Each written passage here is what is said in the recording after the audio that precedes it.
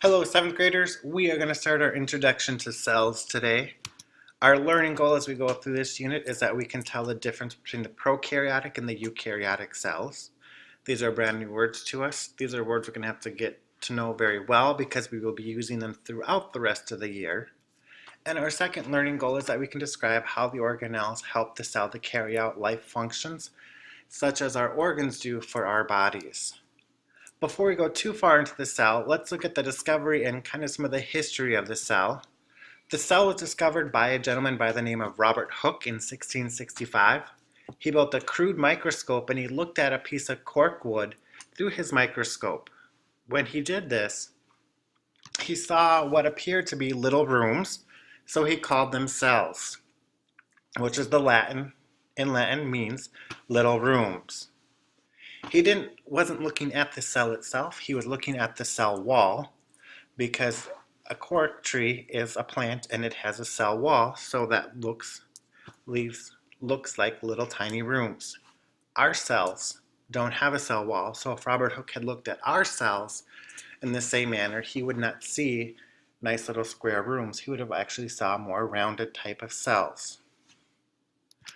Around the same time, a gentleman by the name of Anton van Leeuwenhoek was also using a microscope created by Hooke, and he looked at pond water and found what he called little animalcules, which are little animals. Initially, he thought these were microscopic animals that existed that we had never noticed before, but as time goes on, we find that these actually were not animals and actually belonged in a separate kingdom. Getting back to our notes, we are going to look at our first box number 1, which is the cell theory. So you're going to want to write that down on the left-hand side empty box. Just a quick difference between a theory and a law, because last year we talked about laws, such as the law of gravity. A law is a descriptive statement or equation that reliably predicts events under certain conditions. So gravity, we can predict, and we're going to always see those same effects when we're looking at gravity. A theory, on the other hand, is a system of ideas that explains many related observations and is supported by a large body of evidence acquired through scientific investigation. So there is evidence to back it up, and it's not just some random statements that people throw together. So the cell theory has 3 different statements in it. The first theory is, our statement is that all organisms are composed of 1 or more cells. In order to be considered living, you have to have 1 cell if you're a single-celled organism, or multiple cells if you're a multicellular organism like we are. For us, we have roughly over a trillion cells in our body. The second statement is the cell is the basic unit of life in all living things. No cell equals no life. So we had just finished up chemistry unit. When we looked at that chemistry unit, we talked about atoms. Remember, atoms are the things that will make up cells. So atoms are not living, but the cells that are made from those atoms we would consider living. The third statement is that all cells come from existing cells and that they are not randomly created.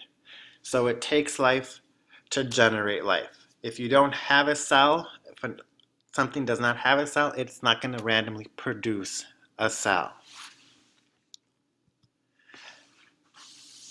Box number 2 is the function and the size of these cells, because our cells do come in many different sizes and shapes based on what they are doing. So cells are made for certain jobs. We have muscular cells in our body, we have nerve cells, we have blood cells. They all have a different job to do, and they're going to look a little different based on those jobs. Cells are similar in size from one organism to another, so even in elephants. So if we look at an elephant, they are a lot bigger than we are, but their cells are still about the same size as ours. They just have a whole lot more of them. And when we're looking at our cells do have what we call organelles. So this is the last box, our box number 3, in our common cell structures. Our cells, every cell is going to have a cell membrane, which is that barrier between the inside and the outside of the cell.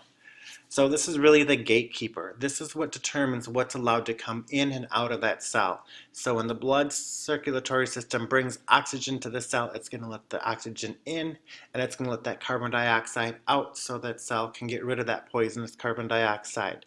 It's going to let the nutrients from our digestive system to come into the cell and the waste that's created from that back out of the cell. So this is really how things go in and out. We have our DNA, which is our deoxyribonucleic acid.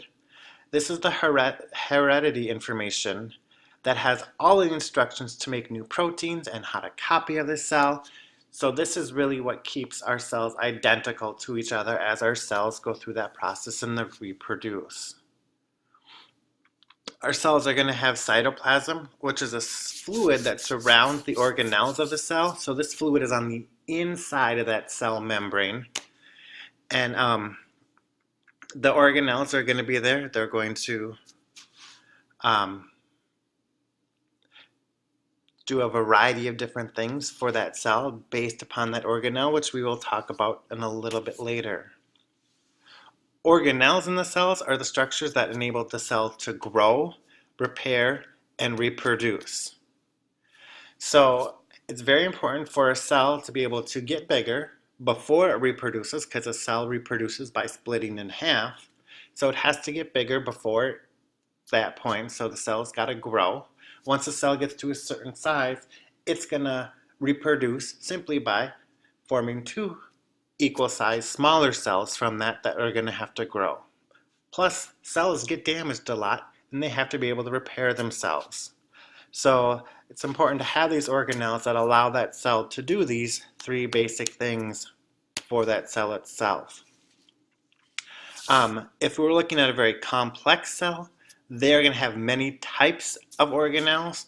If we're looking at a simple cell, they may only have one or two of these organelles that are found within their cell itself. So, earlier we said we need to know the difference between prokaryotic and eukaryotic cells. And here is the difference between the prokaryotic and eukaryotic cell. You can kind of see the prokaryotic cell. It's got a different shape to it. It's got a flagellum, and it's got some little hair-like structures coming off of it. Where the eukaryotic cell looks a little bit more circular. That's the case for our types of cells. And it actually has a whole lot more involved. So the eukaryotic cell is going to be the more complex of the two cells. The prokaryotic cell, prokaryotic means before a nucleus. So this cell does not have a nucleus. A nucleus is simply the control center for the cell. So it kind of helps tell the cell what to do and when to do it and how to do it, all that sort of stuff. So prokaryotic cells don't have this nucleus. These guys are going to be very small. For the different types of cells between the prokaryotic and eukaryotic, this is going to be the smallest of the two types. These guys are very commonly referred to as bacteria, which we all know, have heard of bacteria, and we have bacteria everywhere. And this is where scientists think might have been the very first cells that ever existed here on Earth. They do have DNA, they have that heredity information, but it's one strand circular molecule in the center region of the cell. So it's just kind of floating around in the center of the cell, but it's still telling them what to do. They don't have any organelles except for ribosomes. Ribosomes are important because they are going to make the proteins that we talked about from our chemistry of life unit. They are going to have a cell membrane, and some of them are even going to have a cell wall, which is an extra layer of protection for the cell itself. So here's just kind of a generic picture of a prokaryotic cell. You can kind of see what it has. And the DNA you can see in there, it's the purple stuff, and then it's got the ribosomes floating around the little blue guys. The eukaryotic cell, on the other hand, is our true nucleus. Here we are going to see the nucleus, which is going to be that control center of the cell. So it acts a lot like our brain for our body.